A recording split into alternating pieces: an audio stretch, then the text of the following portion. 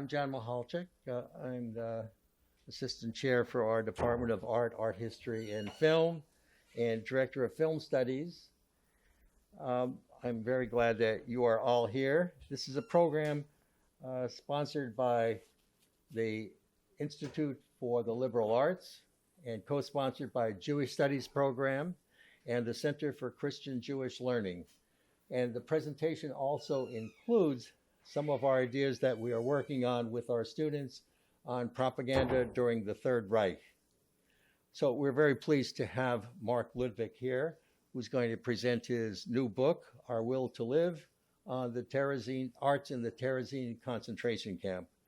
So Mark is a very well-known figure, both locally, nationally, and internationally. And he's done some great concerts on social activism, social justice.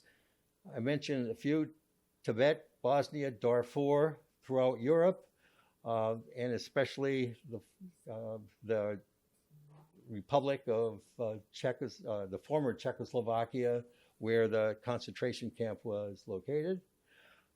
He is also the emeritus violist at the Boston Symphony Orchestra, where he performed since 1982 until recently, and executive director of the Terezin Music Foundation.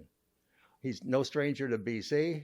He taught music here for the music department, and again, we'll be teaching music and the Holocaust of the Third Reich in the spring semester.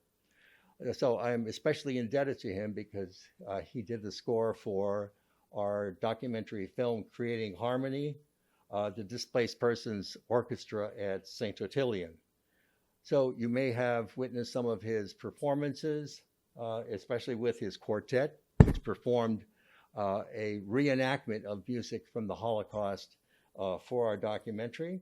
But some of these names that you may recognize: Leonard Bernstein, Andre Watts, Christopher Hogwood, to name just a few. So today's presentation will focus on the new book, Our Will to Live, about the arts in the holding site for Auschwitz, which is Terezin. And in our discussion in class, we were looking at the International Red Cross visit to Terezin, where music became an integral part of the show. As a propaganda piece in film, Hitler Gives the Jews a City. So I'd like you to welcome Mark Ludwig, author, musician, humanist, and a good friend.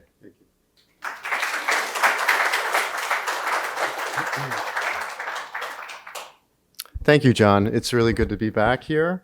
And we have fond memories on working on several projects, so all the more appropriate to be here this afternoon. To begin with the book, what I'd like to do is take you back to the origins of the book, the 1980s. And when I would go to New York to play concerts at Carnegie Hall, there would be, musicians tend to have certain rituals before a concert, all right? So, and rituals that can sort of be relaxing, if you will. My tendency was to either go to an old music store called Padelson's or the Strand bookstore. And on one particular afternoon, as I'm browsing the shelves of the bookstore, I come across a biography of Rabbi Leo Beck. He was, as many of you may know, progressive rabbi in Berlin. And in this biography, I was surprised to read that he was also imprisoned in the Theresienstadt concentration camp. But in this book, there are two lines, and I want to read them for you, that really they really got my attention. The first one was, poets and musicians try to capture the hunger, cold, and sadness in words and music. And this was later followed by, a composer, Victor Ullmann, was noted for writing an opera in the camp. So, like many of you right now, I was wondering, who is this Victor Ullmann? And who are these musicians and poets in Terezin? And perhaps most pressing was, did any of their works survive? So a few months later, driven by these questions, I find myself walking down Pařížská Street, which is this beautiful boulevard in the old fabled Jewish quarter of Prague. And at that time, Prague was about to come out of a dark half century of occupation, first by the Nazis and then followed by the Soviets. So, hoping to find remnants of this lost repertoire, I entered the Czech Music Fund in Prague. And this was the central repository for all music by Czech composers. And the director handed me several scores to examine.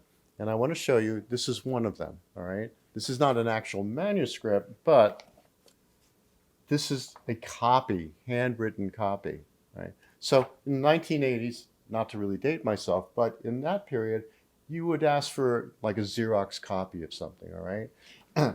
I asked these people in Prague, and they looked at me like I had come from another planet because Xerox? And they said, no, we'll take care of it. We'll make copies for you and send it to you. So I'm going through stacks of music, and I'm encountering yet not only new works, but works by composers I've never heard of, all right? And then I wait, and about a month later, imagine stacks of pages of this handwritten. That's the copying machine, all right? So, and to go through that, and I felt like, in a sense, I was being connected to the past history. And I'm going through all these names, and I write in the book the following. I worked my way through them, these are the scores, and hearing the interplay of voices in my mind's ear, I was thunderstruck by the beauty, sophistication, and power of these works created by people who daily face suffering and mortality. This was music beyond my expectations. I couldn't wait to play it. And I will tell you, 30 years later, I am still astonished at the beauty and power of the music and artwork that was created in Terezin. And I want to take you on a journey in the book, and I think the first thing we should do is delve into Terezin. So Terezin is located 60 kilometers northwest of Prague. And on October 10th, 1780, Emperor Franz Joseph II laid the cornerstone of what would be two fortresses, a large and small fortress, to protect the Austro-Hungarian Empire from Prussian armies.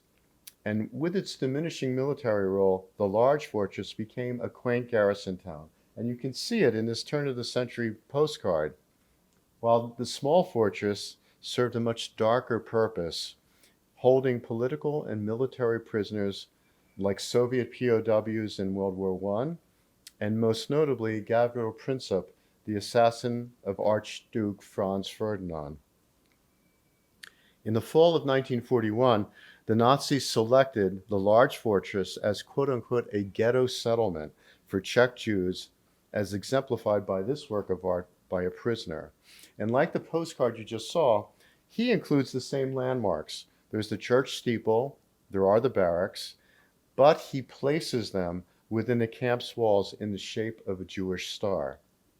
So the first transport of 342 Jewish men arrived to convert what was a garrison town of 7,500 people into a concentration camp that at one point held almost over 63,000 people. Terezin's purpose expanded in scope and scale.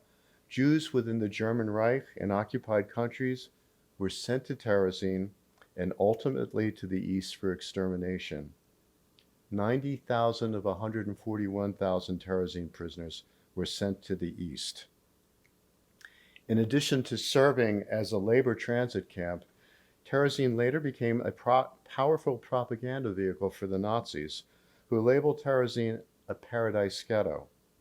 In 1944, they forced the prisoners to produce and participate in two propaganda projects, a staged international Red Cross visit, and then for the production of a propaganda film that the survivors called The Fuhrer Gives the Jews a City.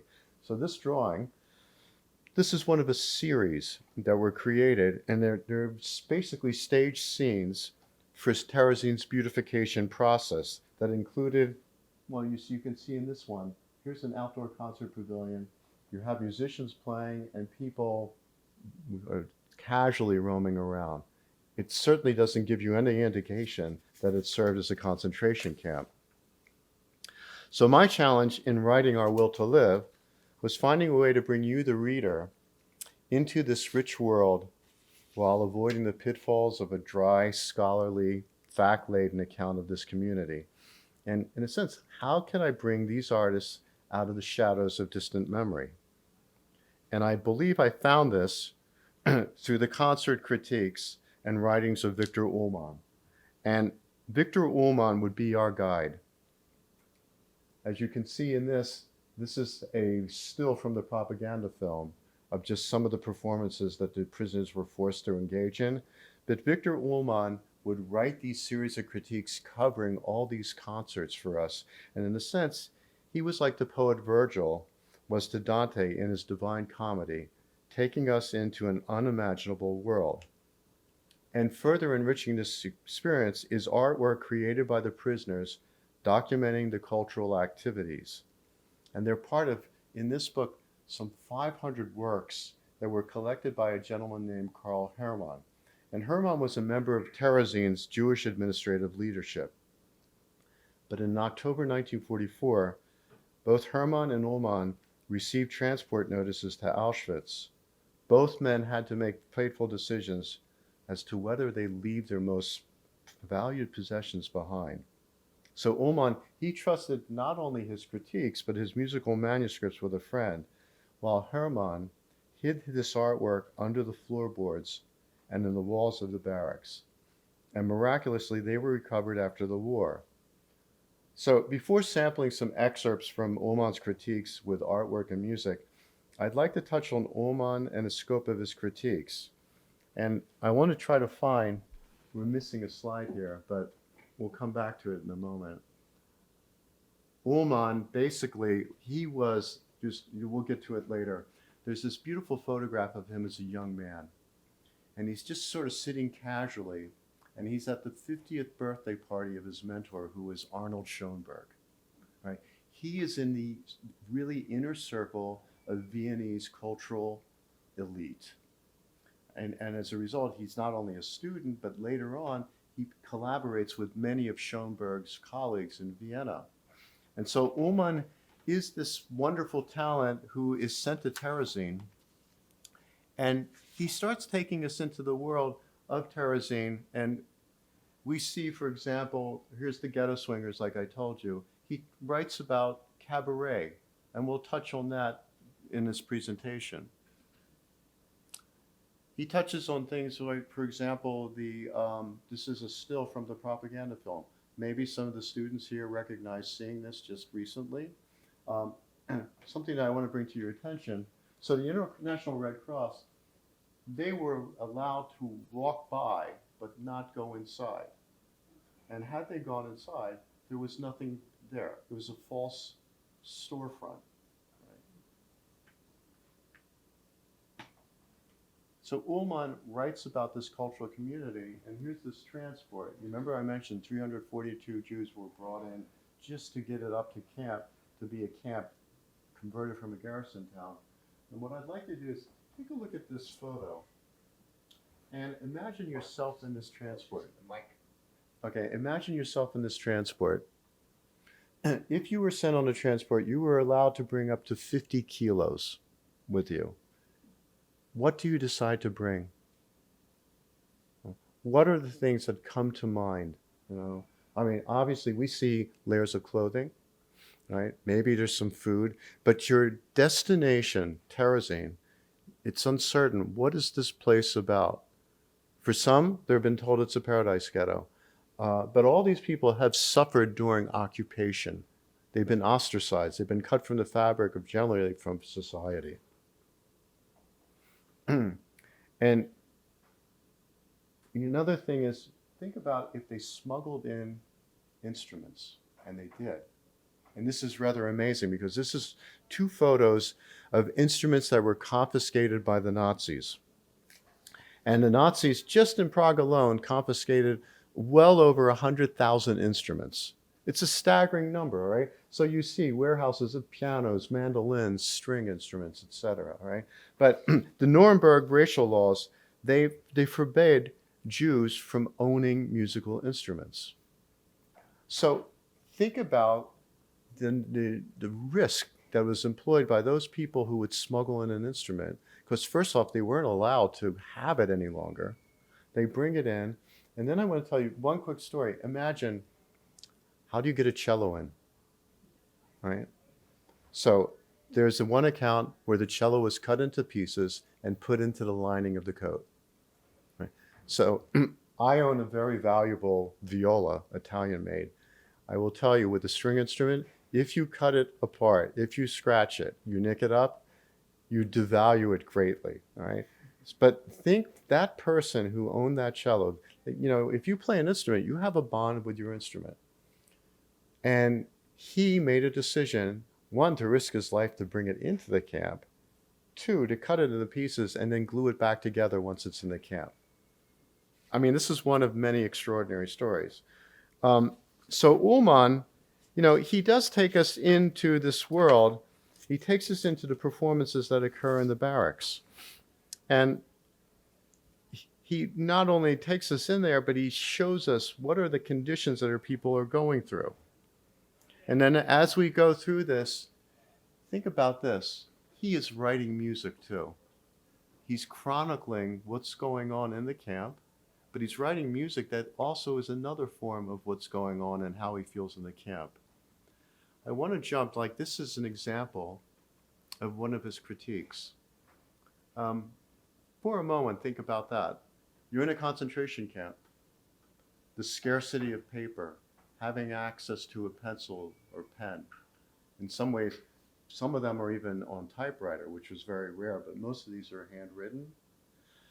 The other thing is, it's a one-off. It's not like he gets to write several versions. He has to think this out and put pen to paper. This is Hermann, the gentleman that I mentioned to you that collected the 500 pieces of artwork and then had the foresight to hide them. And when I say hide them, here's a photo of the barracks. All right, and I want you to consider this as we go through the music in the barracks that people were in. Most barracks were 3 tiers. And if you think for a moment, how many would show their hands if you had the option, which you really didn't? Who would pick the top level? All right, how many in the middle? Most of you pick the bottom? Yeah. Well, if you look and think it through, there is no one good point of selection, all right?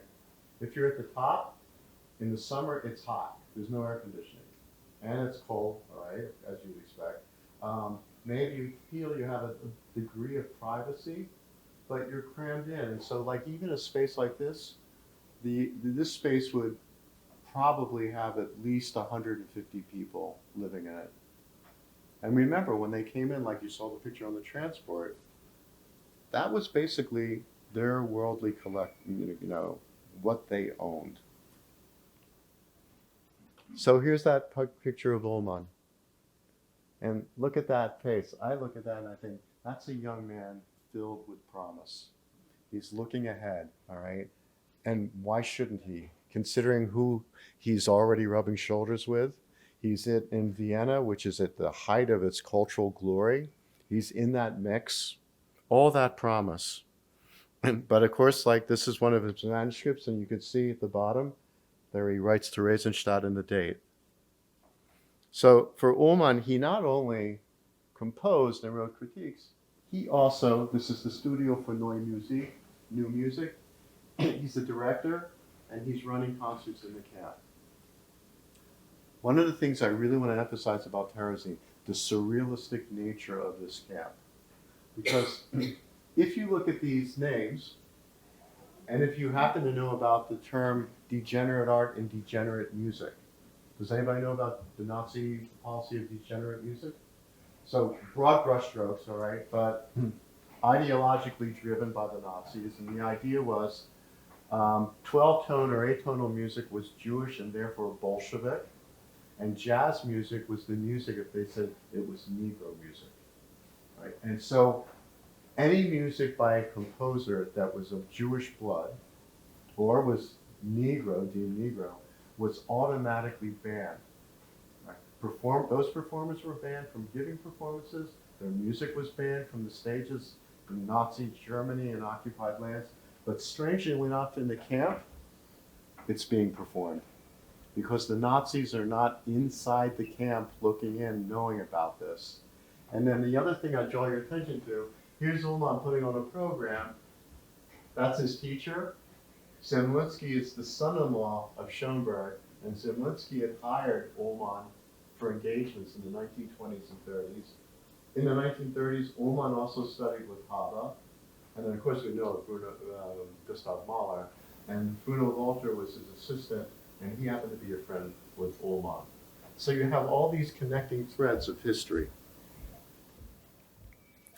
So as I mentioned, you see in this piece of artwork, which is called Entertainment, Ullmann is writing critiques about what's going on in the camp. And within those critiques, he's covering not only these small performances, but opera productions.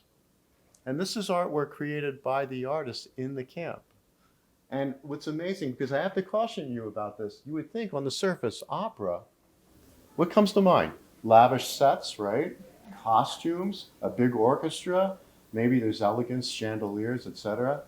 And it's in a concentration camp. You don't have those sets, you don't have those costumes. Whatever they can put together, they're recycling materials that's in the camp. The other thing is, in most cases, there was not an orchestra. There was a pianist playing a reduction. And the other thing which is really remarkable, think about when I said to you, if you could carry up to 50 kilos, what do you bring into the camp? So some people brought music in, but they not only brought it in physically, they brought it in up here. So we talk about oral transmission of things. There's the same thing with music, sharing and getting people to memorize, but going by repetition. This is a drawing in the Hamburg barracks where there were performances given, and you can see once again the seating resembles nothing like what you're experiencing right now. Okay? And in fact, this was considered lavish because in most cases people were either standing, sitting on crates, or on luggage. And he covers so many personalities. He doesn't just write about this piece was done and this was actually a good performance or not. He writes personally about these people and what are their strengths and what is his wishes for them. He gives them input as to what he would suggest for their betterment. There are choirs, yet more artwork created. Don't you find this stunning? I marvel at the beauty of the graphics here that were created in this camp. And then there's the personal sketches of people that not only Ullmann gave through his critiques, but what the artist captured as well. And so what Ullmann does for us is take us back in time, and this is a still of an audience in Terezin. And what did that music mean for them at that moment? Was it escape? Was it resistance? There are many things to really interpret, but as we go through the journey in this book, I think you'll get a better sense of what it may have been like and what it meant for those people. So the first person I want to draw our attention to in music is that of Pavel Haas. And Haas is a rather extraordinary figure. He's one of the first among the inspiring Czech artists in Terezin. Here he is, and in the 1920s, the newly established Czechoslovak Republic was home to three towering composers, and I bet you know them: Smetana, Dvorak, and Janacek. And Haas was considered Janacek's prize pupil and successor. By the mid-1930s, he was a highly regarded composer of classical music, film, and theatrical scores. But Haas's professional and personal life suffered a dramatic turn with the Nazi occupation of Czechoslovakia in 1939. So marriages between Jews and non-Jews were forbidden under the Nuremberg racial laws, and Haas divorced his non-Jewish wife, Sonia, to shield her and their daughter from persecution and the transports to the east. And on December 2nd, 1941, Haas was sent to Terezin. And as you can imagine, separation from his family, along with the miserable conditions in the camp, took a tremendous toll mentally and physically on him. So in this critique, and this happens to be one of the typewritten ones of Ullmann, this is titled Concert of the Janschel Orchestra. And he writes of a performance of one of Pavel Haas's pieces, The Study for String Orchestra. He writes the following: Carl Anschel is a conductor of remarkable stature and abilities. The fact that he has heroically welded together and trained such an ensemble is proof of both his qualities and superhuman patience. Anschel is a pioneer of new music, and hence his very beautiful and impressive premiere of Haas's Study for String Orchestra succeeds. And then he goes on to write just a little bit about Haas's piece. He writes the following: the piece shows the hand of a musician who knows what he wants and is capable of achieving.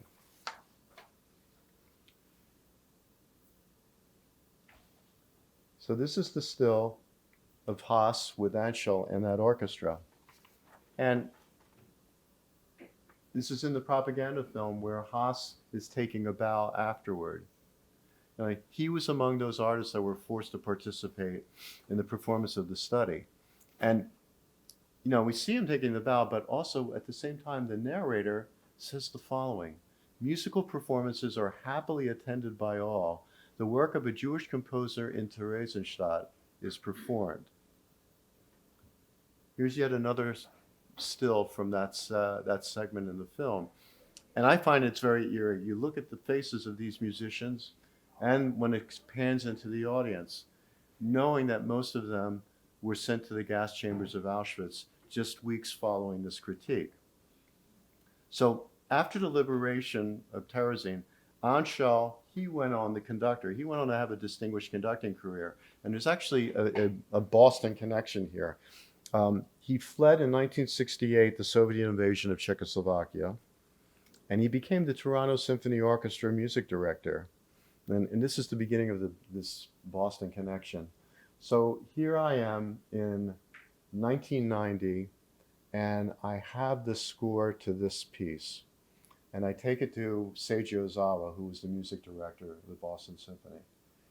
And I start telling him about the history that Anschel conducted, and he starts tearing up because he succeeded Anschel for the Toronto Symphony. Anschel was one of his mentors. So there was this beautiful connection. And the other thing I really appreciated was, here is a person who came from Japan.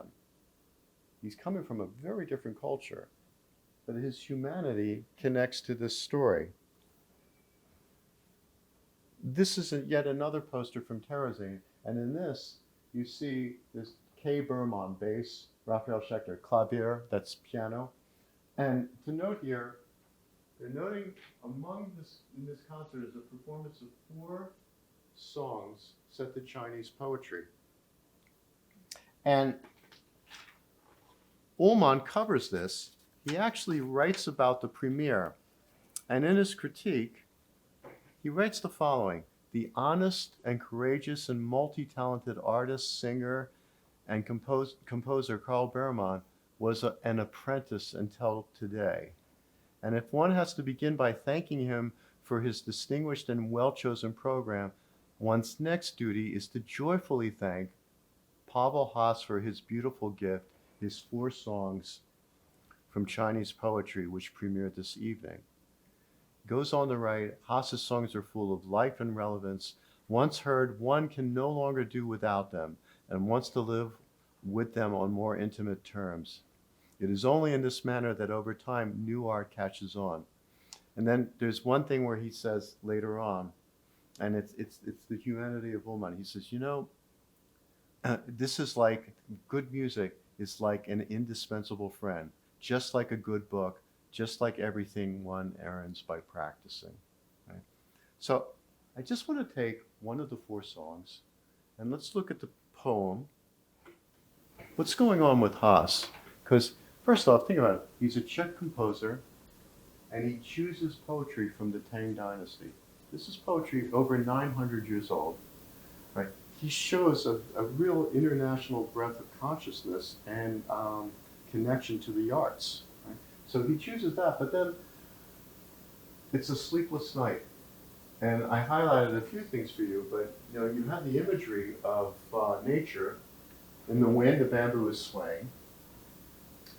But then key to all of this, I am thinking of when we will meet again. So it begs the question, who is the we, all right? My eyelids are missing the dream because it flew away. So another connection to the wild geese, all right? But while I'm singing from joy, the noise of the crow is waking the day. And think about A Sleepless Night, the title. And I'm going to just play an excerpt from you, and it's good to watch the piano too, because watch her at the keyboard. What happens with a sleepless night? We all have them, right? You toss and turn, right? You go this way, you go that way, right? Watch the keyboard, listen to the music. It's chromatic, but it goes back and forth, and it's unsettled. So he paints a picture of anxiety musically.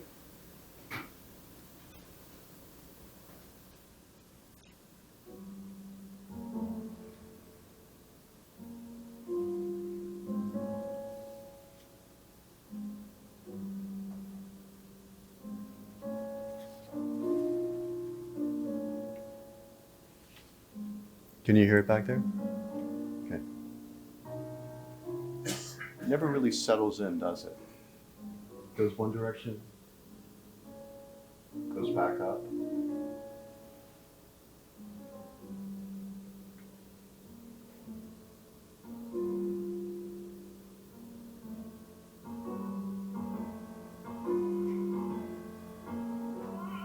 So before we go into the vocal portion, and it's a short song, it's like 3 minutes, all right? But I want you to listen. You know already the text. You know it's a sleepless night, but I'm thinking of when we will meet again, all right? And let your ear guide you, all right? I don't have to go into any technical terms about the music. Just listen to it. You can hear the anxiety in the opening. The next thing is, listen for something where the song becomes very simple-like, almost very childlike, almost, well, not quite a lullaby, but it is childlike in its simplicity. And then there's that motif again where there's the anxiety once again. And then try to figure out what is different about the ending. And you don't have to have any background in music. Just let your ears, you observe. I think you'll pick up on this.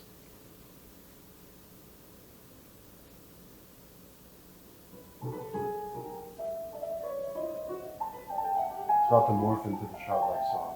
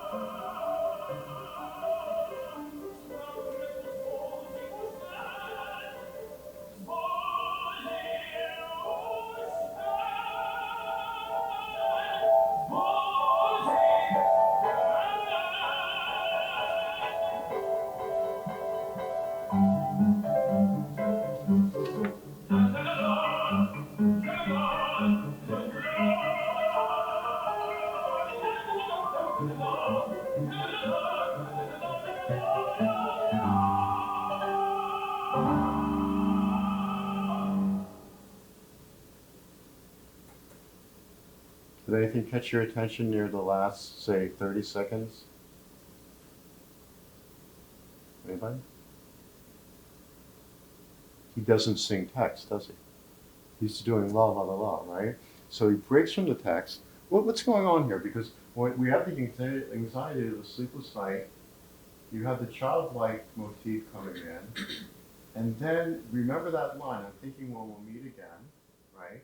And if you know his storyline, which we do, of being separated from his family, he's writing it for his daughter. He'll never see her again. He knows it. It's the very last piece that he writes in his life. He pretty much knows what his fate's going to be. So it's a message, in a sense, for his daughter. You know, he will never get to see his daughter grow up. She will never get to know him except through his music and the people who knew him, those that did survive, right? And so that song I find deeply personal because he has chosen his poetry wisely to leave a message for her, and that she's in his thoughts and when they can be reunited. So I mentioned to you Carl Berman, who sang the songs. That was me a long, long time ago. But this is Berman, and here he is again. Here I am with my quartet. And so we, in 1991, played in Terezin. We did a concert with him. And I got to know him. I was fortunate that with my Fulbright, I could get to know a lot of survivors who were artists in Terezin, and he was among them. So he would tell me stories about Haas and Carl Anschel, that conductor. And he once shared what was Carl Anschel's last moments with Pavel Haas, which was in Auschwitz. And apparently, upon their arrival, they stood in line on the platform for selections. And Anschel was convinced that he was spared the gas chambers when Haas had a coughing fit. So Haas was sent to the left. So I'd like to turn our attention for a bit on the artists, because in this book, there are hundreds of samples of the graphic art that were created. And to me, I mean, what you see, high level in design and imagination, it's stunning to me. And to me, it reflects yet another tremendous pool of talent. And Terezin artists, as you can see in this drawing, they were tasked with drafting construction plans, designing statistical charts, and illustrating official reports for the Nazi SS command. And many of those artists, they created decorative arts and paintings for the Terezin SS and their families. So they were ordered to decorate not only that, but they had to decorate selected sites and design worthless Terezin concentration camp currency like this. And this was all in preparation for that International Red Cross Committee visit and the production of the film. And if you note the money, look at the stereotypical Moses figure holding the Ten Commandments. And of course, you see the Jewish Star of David. I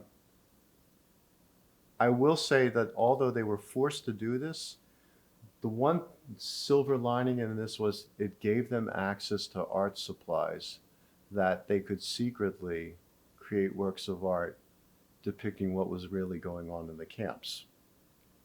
And there's a segment I want to read to you that talks about, though, the tragic consequences that fell on several of these artists because they risked their lives.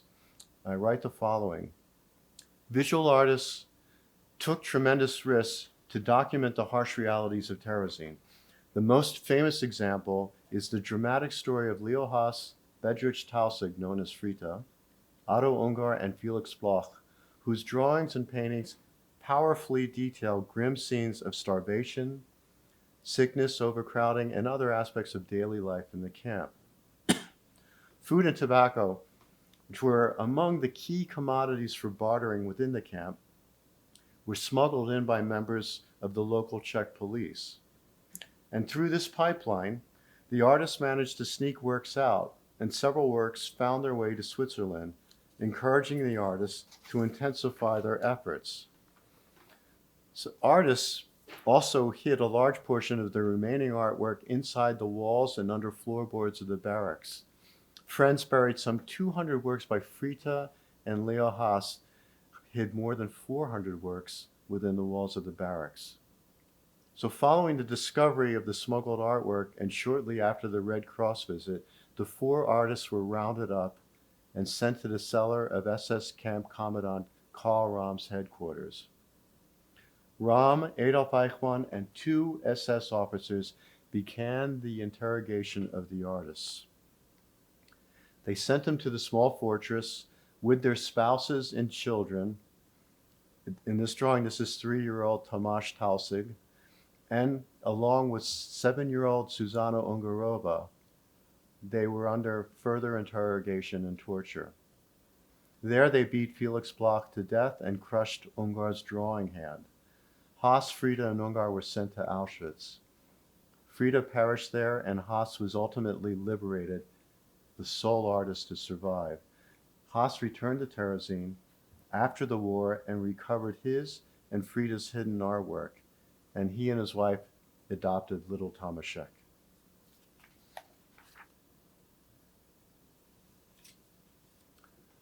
So let's look at Sigmund Schul for a moment. This is a chapter among one of the more touching moments in Ullmann's reflections and his critiques.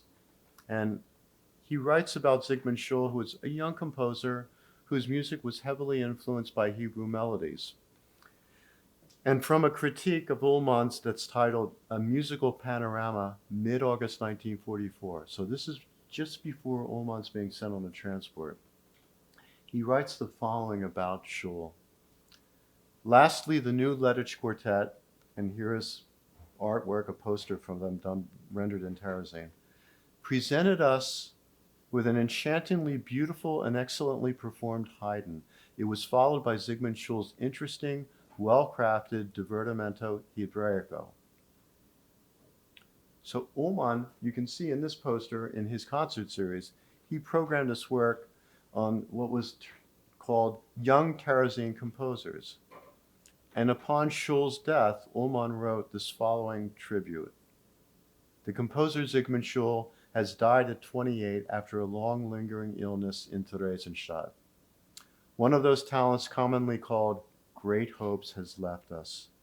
Schul was a student of Hindemith and Haber. He liked to talk with me about kinds of problems pertaining to contemporary and classical music. Schul was doubly talented. He was also a poet.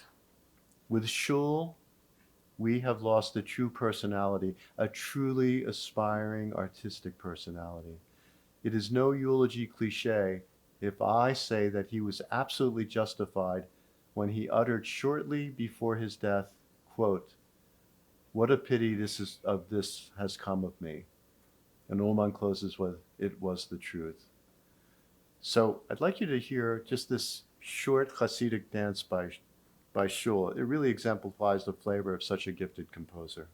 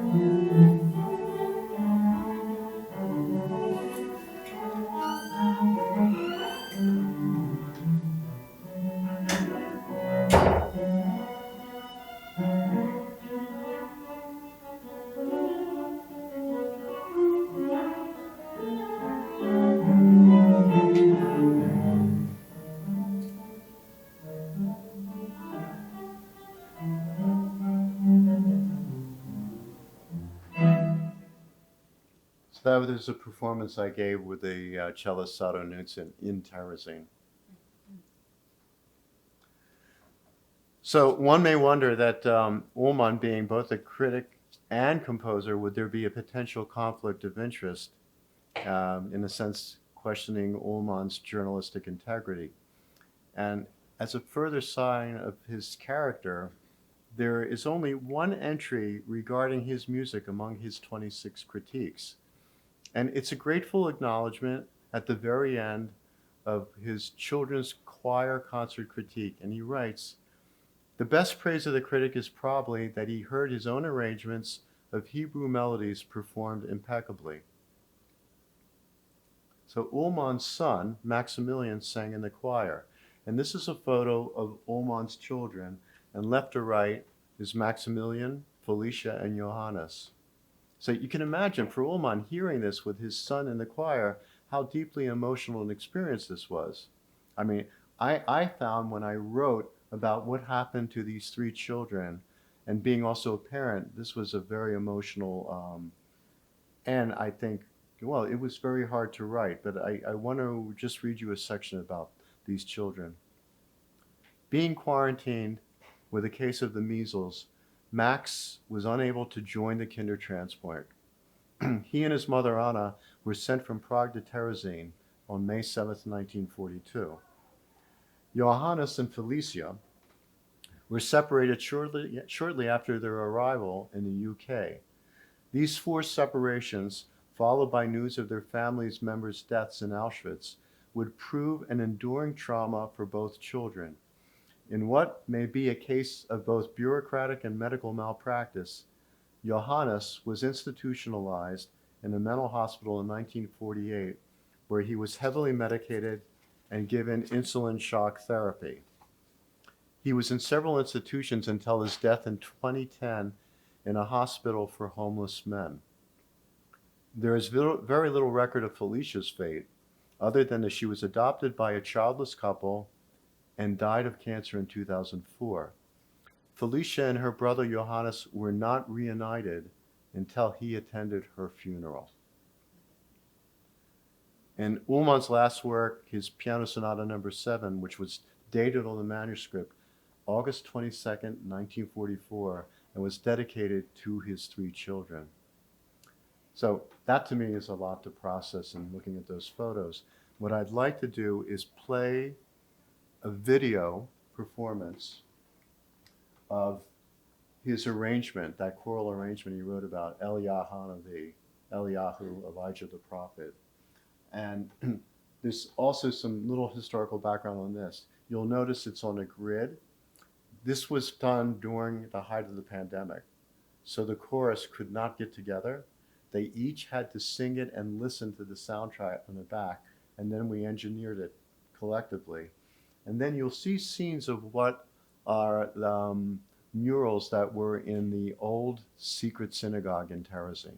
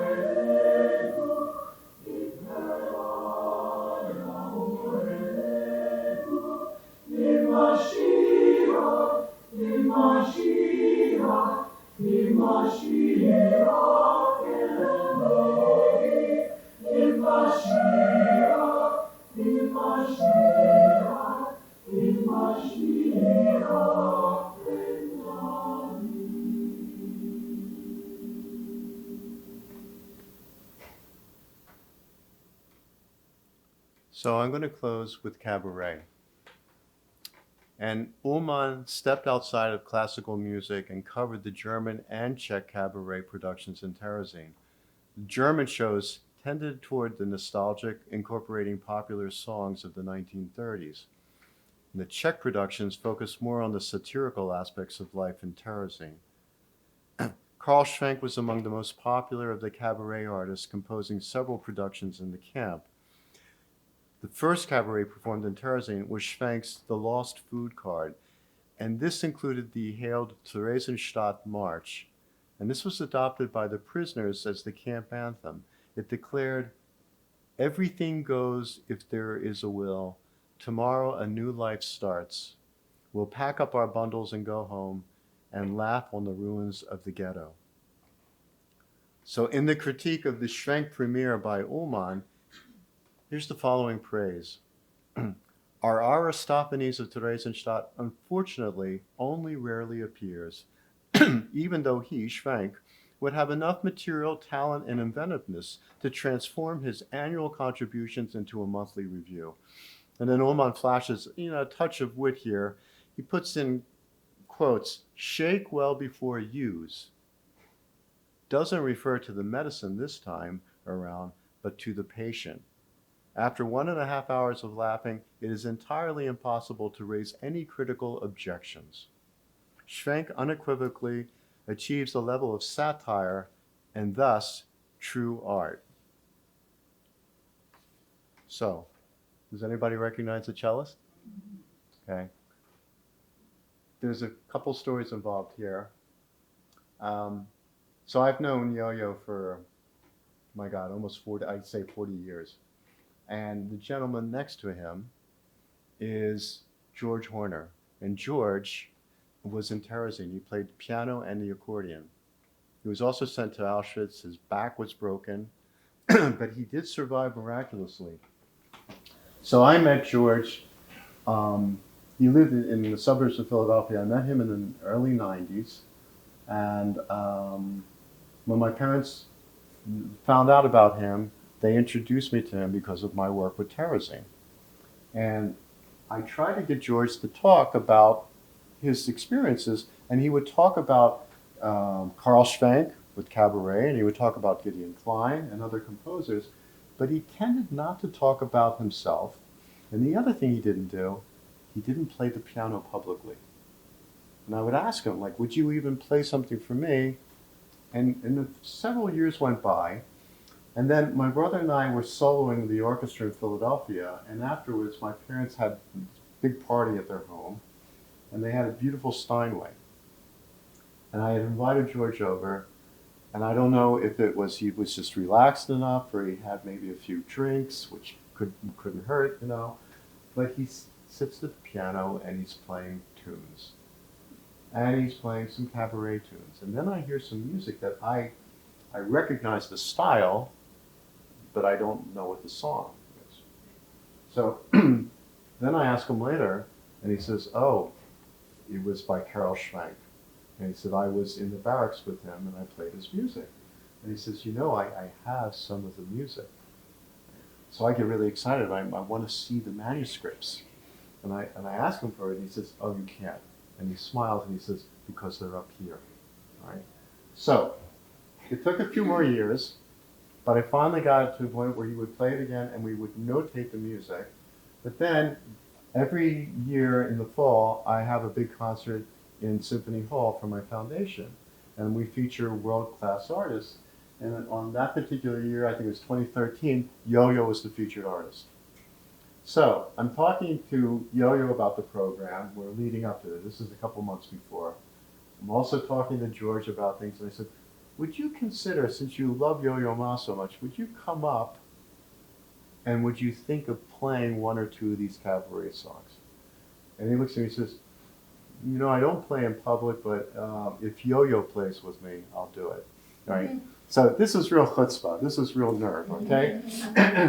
So here it is. He has not been playing since the 1950s in public, right? And he's 90 years old in that photograph. Yo-Yo said, fine, we meet in the afternoon, we'll play through this, we'll notate it, you know, he is the consummate professional. I'm worried about George because I'm thinking he's 90, and think about it. If you go onto the stage of Symphony Hall, one of the great concert halls in the world, and then you step out and you haven't played publicly in 70 years, and then you're stepping out to play with Yo-Yo Ma. I mean, I would be nervous, and I'm a professional, right? And I asked him, I said, are you going to have music out there? And he says, no. And if you could see, well, there's some music, but it's for Yo-Yo to look at. It's not for George, right? And then George said, you could wake me up at 3 in the morning. He said, I wouldn't forget this. He said, if the Nazis didn't scare me from playing piano, I'm not going to be scared by Yo-Yo Ma, right? So, I mean, and you know what the biggest problem for George was? Getting him off the stage after he played. He had such a blast, all right? And he was only going to play 2 songs, and I'm about to go out there, and he says, no, I think we'll do the 3rd one too, all right? So he had such a blast, and what I want to close with, this is one of them, and it's a lullaby. And it's a lullaby that he played in Terezin by Schwenk. And as I asked you to put yourself on that transport photo to think of what things you would bring with you into the camp, remember how I said to you, maybe over the course of this talk, listening to excerpts from the critiques and the music, you may get a sense of what something meant like for them in that moment. You could put yourself in that moment of deprivation, uncertainty, and death. And what it meant to hear a piece like this.